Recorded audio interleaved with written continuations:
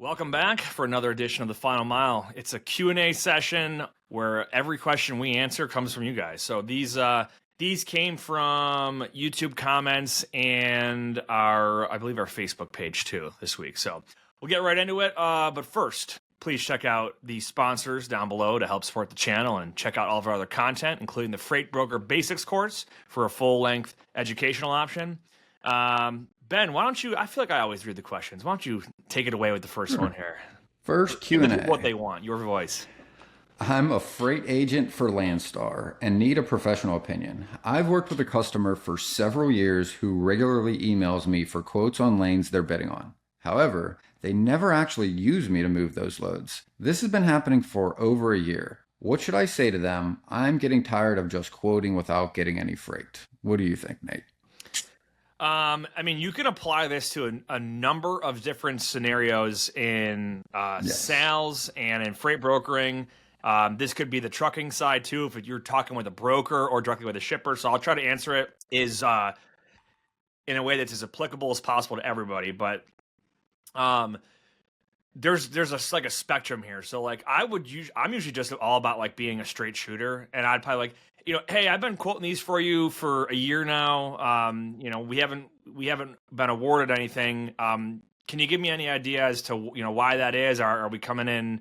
Are the rates not good? Is there something about our rating? I usually just would try to keep it an open question, like just ask for general feedback. I do the same thing with a bid. Like if a bid comes back and nothing's awarded, I usually want to get on the phone and be like, hey, can you just let me know like what happened there? What's some general feedback so we can do a better job to service you in the future? And then just see what they're going to say. Another side to it too, and then we'll take your opinion on it. Another side is like you get some of these shippers that they literally like send it out to 200 50, people, right? 200. And it might be, we're telling you the price, and the first one that can get a truck there wins. And it's just those folks just aren't worth your time. So it could just be that like move on to the next one is another option too. It just depends on the situation. But what's your take on it? Yeah, mine is the advice. The same guy I was talking about in the episode told me this when I was learning the industry. And when this was happening to somebody, he'd go, well, listen, like, do you just want to be a free piece of market insight or like just a free rating tool? Because that's what that shipper's using you for. Is just, you're just giving them your opinion on what it should cost every day. And then they pick the cheapest one. Like, that's not earning you money, and you're just going to work for free. He's like, you want to be able to nip that in the bud as fast as possible. So like the habit I would always get in is like, if you're sending me lanes to quote, I'm going to try to call you. Like, honestly, sometimes before I quote it is like preferable. You send me a bunch of lanes, I'm going to give you a buzz, like, hey man, are any of these lanes you want me to focus on that are higher priority that need to go out sooner today than later? Any of these like must moves? Which ones do you really need me to focus on? Why I ask that first is that gives me some idea as to which ones I can quote service versus just the cheapest truck. And if they go, hey, these are 3 hot loads, the other 5 can go today, tomorrow, or Friday, I'm going to focus on the 3 that got to go out today because those are the ones that got to move. The other 3, I might throw a number on, but like I know they care more about price than service for those. So it's first trying to understand any feedback. Then the second question I always ask is like, well, hey, out of these 3 that you're saying you got to get out today, do you got a target rate in mind? And do you have a time of day you ideally would like this picked up on? So sometimes we'll go, look, hey man, we don't give feedback, we don't give target rates, but these got to pick up by 11 in the morning. Well, then I got at least some idea on where I need to price this if that load has to pick up at 11. Now, here's the thing that happens once it goes is, let's say I price a little higher in the market because they're telling me it needs a load by 10 in the morning, but I don't get that load today. One of 2 things happens. Somebody might have been able to get a truck that happened to be empty at below market, and that's possible, but that's not possible every time. So maybe they got it picked up by 11, but it's also more likely that the cheaper guy told them he'd get a truck in by 11 and got it there at 1 or 2 in the afternoon. Now the customer's a little upset. So next week when I do the exact same thing again, and I go, hey, the one you said had to get picked up by 11, I thought I put a pretty good rate on it. I think I might even had a truck that was empty that could have made it by 10. Did you get that load picked up when you expected to? Now I'm not asking what is their service percentage or how are their other brokers doing. I'm asking a very specific question about the one load that I thought I should have got. And if they tell me, right, like, no, like I ended up getting that moved by like the end of the day. Well, I know that's a service failure from what they expected, right? So I am now setting the stage to get them to understand service versus price. So Yep. next week I can go, well, like, hey, do you really need this by 11? Or is that kind of like a hope? Because like I'll quote it a little cheaper, but the guy might be a little delayed at his last receiver to get you that rate. He might end up being there 2 or 3. Do you want the guy at 2 grand, or do you want the guy for 2,200 that is already empty that can be there right now? Now I'm giving them a choice to pick between rate and service. Like there's always a little bit of both, but I'm giving them 2 options. Now I'm not just sending rates with no feedback. Like I always feel like now it's more like I'm playing poker with somebody face to face. I'm giving them feedback. They saw what I was able to do. And then the next time I'm able to give them some more options. Then as you do this week over week or day over day, you can really start to gauge like, is this somebody that's ever going to work with me? Or is this somebody that says they want service, but like they're always just going to pick the cheapest one anyway? And if I'm not the cheapest, I don't win it. Now I can make an easier decision. Do I want to keep wasting my time quoting, or do I want to go spend more time prospecting to get a customer that is willing to pay for what they actually say they need? Yeah, I'll add in there too. One of the things that I've seen in the past is like we had a broker on our team that just like they hired a new traffic manager, and we were still onboarded and got their emails, and he had a couple calls with the new traffic manager, and like no matter what he quoted, like even if it was a good rate, like they just would never use him. Eventually it was like we just found out like he just didn't like the guy. Like he just didn't like our broker for whatever personality reason, and it was like that just kind of happens sometimes too. So It's a people business. Yep. But no, that's a really good breakdown. Next question. I'm a freight broker agent with 1.5 years of experience, and I have built a strong relationship with one customer. Now I'd like to diversify and bring on new shippers. What are some effective strategies for expanding my customer base and growing my business? I'm glad to know that this person is thinking diversifying, because you oftentimes get someone who's got one customer, and when they lose that one customer, they lose everything. I just gave you that situation about one of my brokers in the past who the person didn't like them. I had another broker that had one big customer, and we're talking like it was a very solid customer. There'd be months where he would do 50 or 60K in profit for them. His like guy over there got promoted, and they hired some kid to come in. And the kid just didn't like him. It's the same thing, but with a different broker, a different customer, different, situation. He went from riches to rags overnight. Like, and I felt bad because the dude had just bought a new house and he bought a big truck and all the things that people do, stupid things with their money when they think they're killing it. But he had one customer, all his eggs were in one basket. So all I have to say, I'm glad that this listener is thinking long term. So a couple of things to point out, basics for growing your business is the easiest low-hanging fruit when you've already got a customer is going to likely be some sort of referral business, whether that is look at where you're delivering to, look at some of the suppliers that are delivering into your customer, have a conversation with your customer, maybe find out are there any other companies or people that they know that may be a good fit. So maybe you're the guy or girl you're working with runs a branch of a large company. Do they have anyone else at a different branch that they might say, hey, Ben's been doing great for us. I would love for you to give him a shot at some of the lanes you guys are running because he's been killing it for us. Those are some of your best warm leads to have because it's not a cold opening. It's not, we have to start from, zero when it comes to the level of trust. There's already a pre-established level of trust, and it's a mutual customer in a lot of cases. So that's my take. You could also just continue to go down the road of how you got your first customer, right? With continue to prospect, which you should be always doing anyway. So if your customer that you're servicing is in a certain niche market and you've gotten to really understand that, lean into that, right? Are there other opportunities, other areas of the country, or maybe in that same area, just other organizations or shippers where you can leverage what you've learned in that carrier network and just start to grow it. Like now you can actually call and say, hey, I've got a truck in your area every Tuesday and Thursday or whatever. You're not just making it up. So look at where you're delivering, backhaul, things like that, referrals, and just traditional old school prospecting. But what would be your advice here to diversify from one customer? Everything you said. The one strategy is like, I'm for sure going to create a list of every other company that does the same type of business in that niche.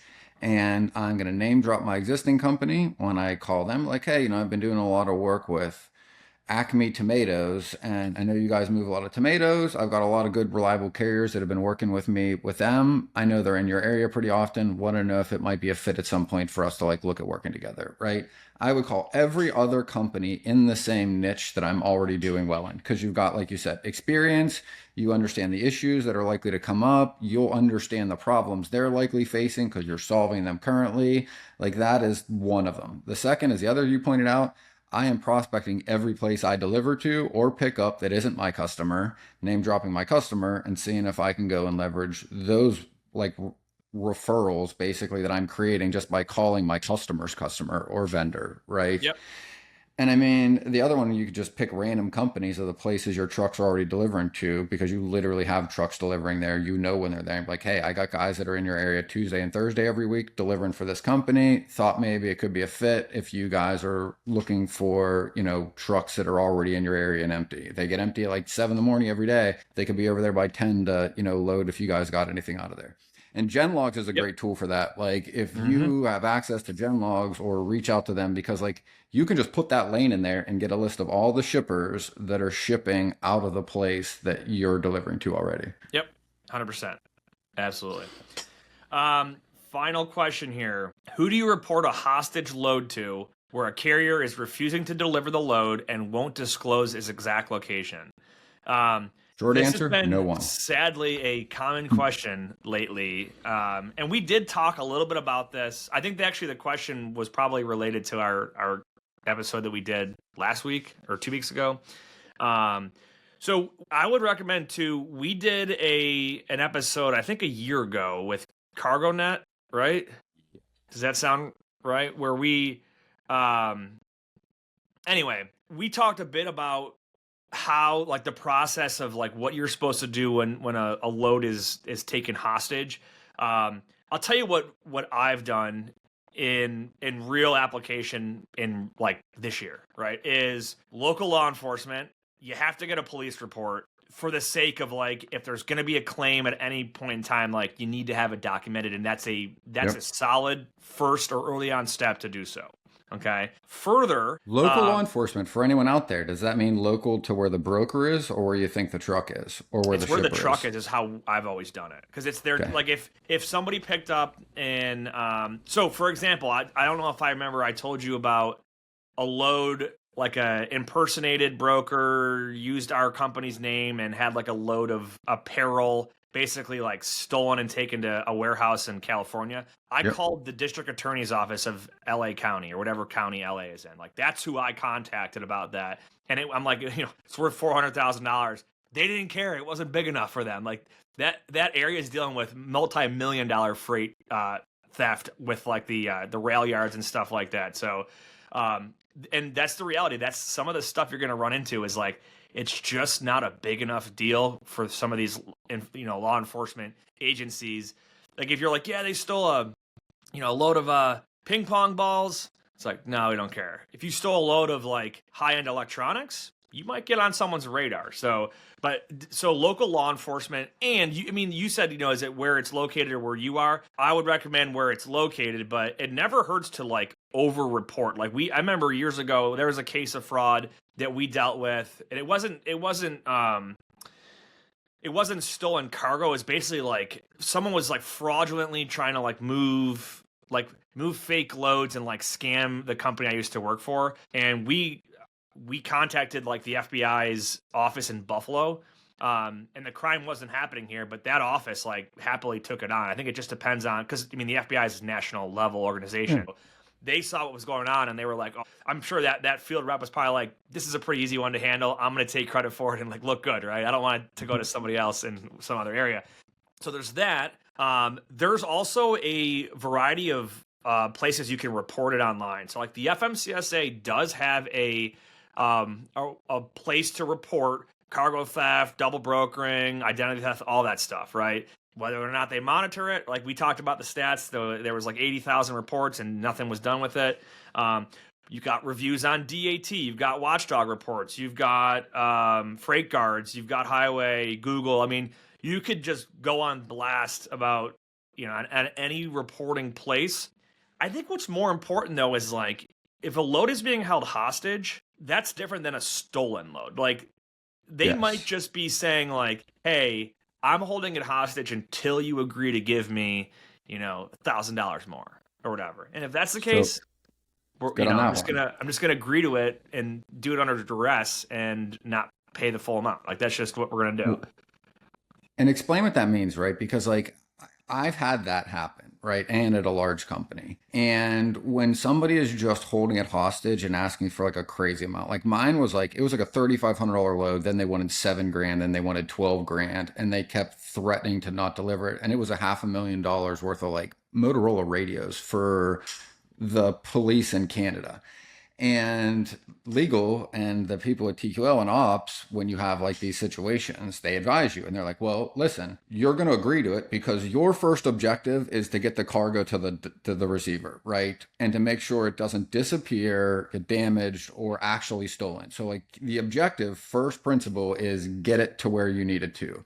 And they said, in doing so, if you are agreeing to somebody, like you said, literally holding it to ask you for a ransom to get it delivered, get that in writing and get it on a recorded call, preferably both, right? You need that in writing because if you send the carrier Raycon for theoretically 12 grand on a $3,000 load, you need in writing that they're basically saying, I won't deliver this unless you give me 12 grand. So when they go to invoice you and you go to pay them the 3 grand and they try to file on your bond, you have in writing to show what happened and why it happened, which prevents you from having to pay the 12 grand instead of the three, right? But Yep. even before that, right? Like I think first step is like you said, notify law enforcement so you have a document in case something does go wrong. But you really want to try to de-escalate it, Yeah. avoid conflict, get them to talk to you about why it's happening in the first place, and really try to just find a solution that makes everybody happy. Like that Yep. honestly is probably like the best way to go about it. Like, hey, if they're arguing over something like I don't know, I guess it wouldn't even be detention, but like they just think you misled them. You said the load was 35,000 pounds. It was actually 45, and they want an extra $500. And they're saying, I'm not going to deliver the load unless you pay me what this would actually cost to run.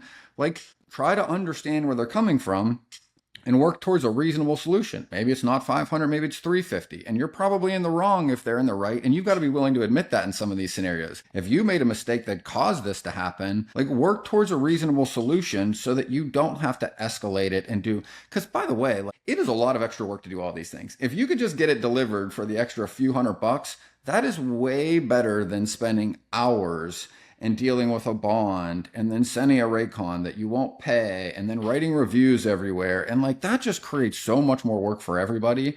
If you're at fault, I feel like the first step is work towards a reasonable, fair solution. Yep. And your first objective is to get the load delivered. Because if it's gone, you're never recovering it. And now you got to work through a claim. Your customer's not going to want to pay their other bills. You're going to have hours of work and risk related to the situation to sometimes save $300 or whatever the number is. Yeah. This is another reason why it's so important to track when you can, right? Whether it's Yes. uh, end-to-end tracking through a cell phone, through a telematics device in the cab, like an ELD, your one-time, take a picture, like a quick scope, or even like the text locate.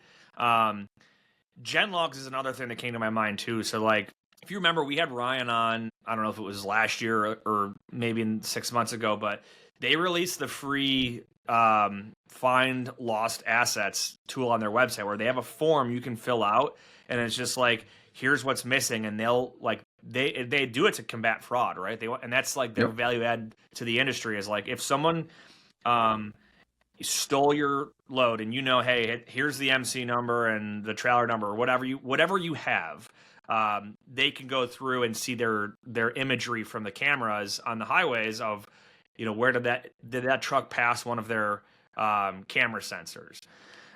So that's another thought too. But yeah, this stuff it's definitely important to make sure that you're thoroughly vetting your carriers and having clear conversation with them about what the pay is going to be to try and prevent this stuff from happening. But good questions. Keep them coming our way, and we'll keep answering them. Ben, any final thoughts? Whether you believe you can or believe you can't, You're right. And until next time, go Bills.